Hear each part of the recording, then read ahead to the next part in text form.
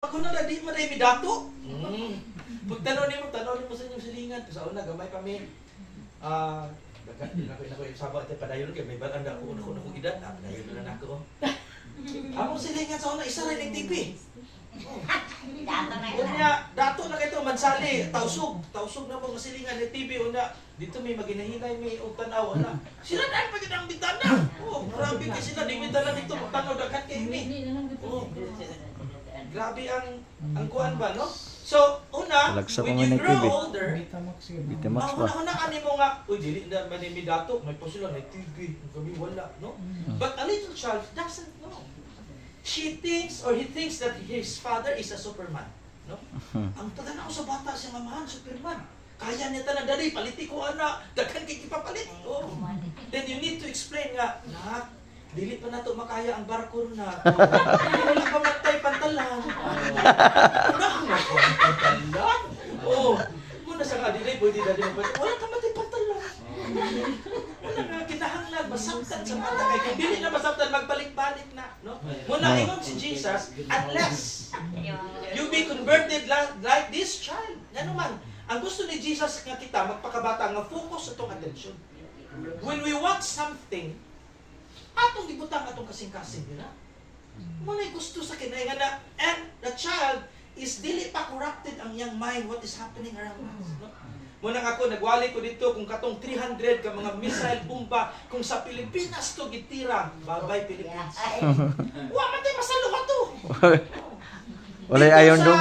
Tugod sa daghan silang mga defense mechanism, 99.9% mga tulura ka bomba ang nakaulan. Ang iyang kasulti katurang bata, isa ka bata nga na-injured. Siya na ka 300, ang pinakagamay 20 kilos nga ammunition. Muna karon, the world has become so unpredictable.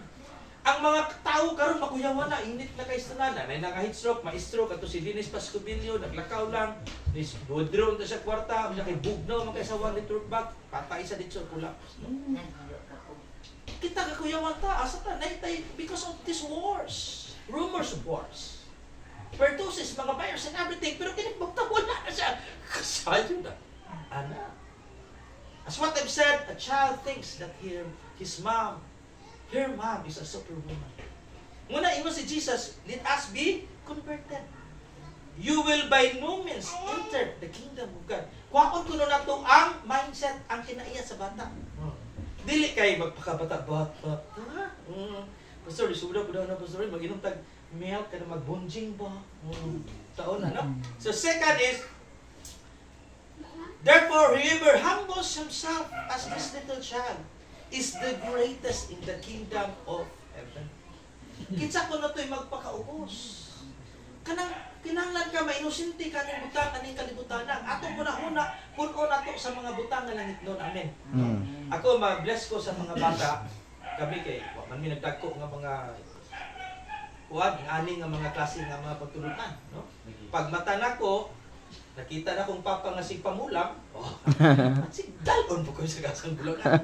Square, mantika, winitaw, na.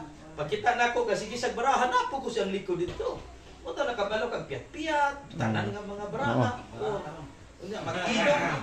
Mag-inom sad, so makainom sad ka. No, because, mo man na imong ginikanan, mo man imong kidakan. But see, these child are very blessed right now. Amen. Kaya na sila ginikanan, nga nagmatuto, nga napagali sa tiyan mo na, napagay sa tiyan, nabunakin ng bata. Yes! Gilihats man. Madungog naman siya mga, nanamay mga senses. Correct. Wala naman tayo mahimo. Musisyan na. Una nga, may tanaw na ko si Juan, Sailor na, ana-ana, okay na kayo. Diyan ako ang tanaw. Ang akong anak, yung namaster, kutsarang tinidor po, diyan.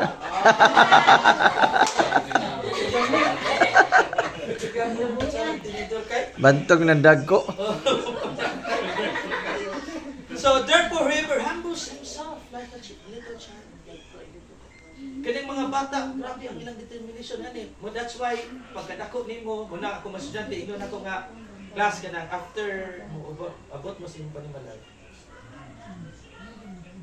Ignore ni mo, Ma, I would like to ask you an honest question. Please answer me honestly. Tell your mom na, Ma, dakot ka. Then, ihatag din sa ako sa ito ba? Adi na kinahanglan sir, mingon ako mama, sida to diyan busulot kay tungatot. Because when you grow older, your brain develops and you will have a lot of knowledge that is around you, even in our society. And a little child, hindi man. But that's why we need to take care of our little child right now. Kay nagkalahi naman ang mga bata karon. Na-expose naman na to, nabantayanan kayo. That's why we need to pray. Muna nga, mga 3 Sundays ago, ang mga bata, gipampuan nga daw, gi-shield na ko in the Lord. I pray, I need to shield these children sa mind, sa corruption of this world. Grabe ang corruption sa kalibutan karon. Ang mga salidaw, mga witchcraft, ang mga anime, ang mga tema nila witchcraft, mga Satan, nga good si Satan. Kanang reality show nga Lucifer sa Amerika, nagkakan nila daw, pati nga pastor, mutanaw. Listen ka kayo ng mga grabe. The world has changed the landscape of the minds of the people, right? Even the Christians. Muna nga batayan natin, let us shield the minds of the children. Nga naman, lisod na kayo. Magkagahit na. Kanang email karon oh. Grabe na, dili ra mga moto nga grabe. Ana din si Ate Andy, ikaw tutok sige kagdula email. Oh. Nga naman, it has changed. Lisod na kayo makapenetrate ang word sa Ginoo. Nga naman, nakapenetrate sila utong email. Grabe ang word corruption. Wala na pagtandog. That's why we need to shield our children right now. No? Nga ako tanon gyud akong bata kanang anak kong pastor kanus niabot ang panahon nga naka-realize ka nga nanginahanglan ka ni Kristo sa tibuok. These are questions that we need to ask these children, no? Bisan pa ang Ginoo puno man sa grasya, our prayers and the protect man, no? So, muna to padayon nun, whoever receive one little child like this in my name receives.